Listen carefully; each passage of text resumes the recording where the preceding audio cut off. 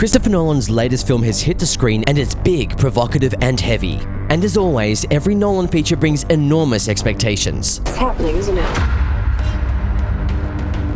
Oppenheimer, based on the Pulitzer Prize-winning biography American Prometheus, is absolute prestige, peak epic cinema. It's shot entirely on 70mm IMAX. It's a stunning and very long ride, clocking in at a runtime of 3 hours. And even then, as we go on a journey with Robert J. Oppenheimer through multiple decades, exploring the people behind the inception and creation of the world's first atomic bomb, no scene feels wasted or filler. In fact, the movie is so stuffed full of interesting characters, including appearances by Einstein that almost feel like a joke until it's not, that it's sad that we couldn't have spent even more time with the cast. Thematically, the film covers a lot, and avoids being categorized or defined by any singular genre. Part biopic, part science explainer, part socio-political thriller, part courtroom drama. It's spinning a lot of stories right to the very end, even after the story about the actual bombs becomes a clear secondary narrative. And maybe it was too much for one movie? Maybe.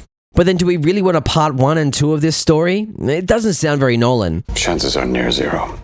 Starring in the film is the very emaciated Cillian Murphy, whose depiction of the man behind the Trinity test and the director of the Manhattan Project is of absolute excellence. Finally, a lead in a Nolan film, Murphy brings a level of nuance that feels Oscar-worthy, multi-layered, and detailed. And it feels like it could be the greatest lead performance in a Nolan film yet.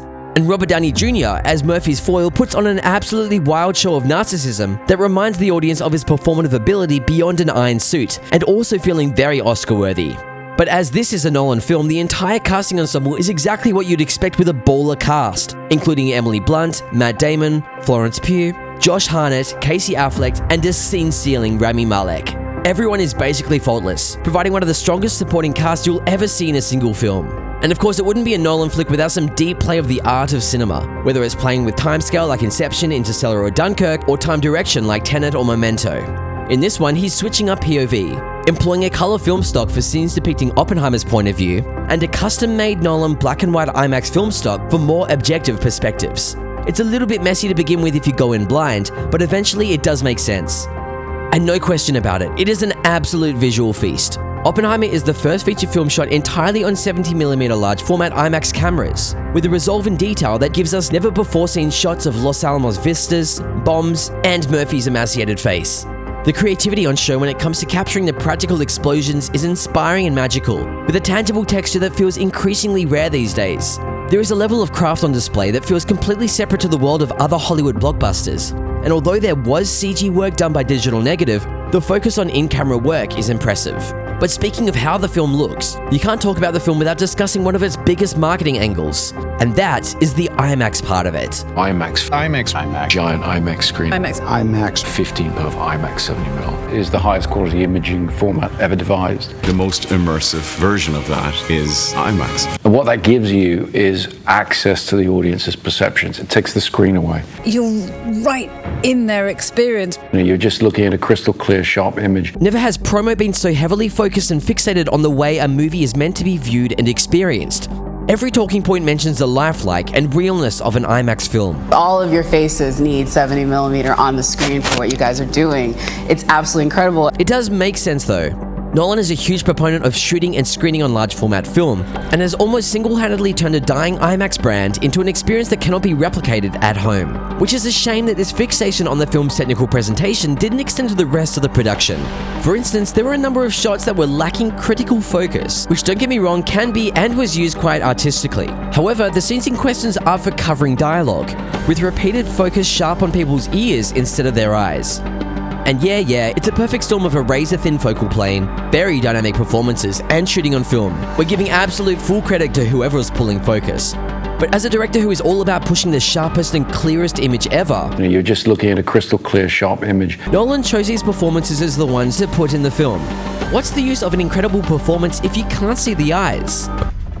Near zero. And finally, what's even more frustrating is that only 30 theaters in the world are actually capable of projecting the edit that Nolan created. With the magic 15-perf 70mm projectors, All of your faces need 70mm on the screen. and the prestigious 1.43:1 aspect ratio, that's less than 2% of IMAX theaters in the world, and about 0.01% of all theaters globally. Here in Singapore, we're over 6,000 kilometers away from one of these screens. However, it's always been this way with Nolan films, and we're kind of used to it by now. There is the ideal way to watch, Where the audience is able to see this on IMAX on the big screen, it allows you to fully immerse yourself. then there is the way that everyone else watches it, which ranges from a generic multiplex to an OLED at home to an iPhone on the train. Thankfully, and it's crazy to be saying this, the dialogue is the clearest it's ever been in a Nolan film. And the world is not prepared. And the music by Ludwig Göransson definitely deserves a shout out too. It's organically analog synthy, anxiously ticking, and eerie as hell. And some virtuous violin performances tether beautifully to the narrative as it all starts to spiral. All in all, this is a cinematic event, a masterpiece of groundbreaking visuals and an audioscape that push-pulls fearlessly. Narratively, it's a deeply troubling human drama circling around science, power, and control, recounting one of the most monumental events in human history. Nolan brings only what Nolan can, and despite the long runtime, it is excellent and feels worth every minute. So, we recommend first going to the bathroom, then sitting down and seeing this on the biggest screen you can find. Because if you are a fan of epic cinema, you will not regret this. Just don't get too bothered by the IMAX. IMAX. Giant IMAX screen. Kool-Aid.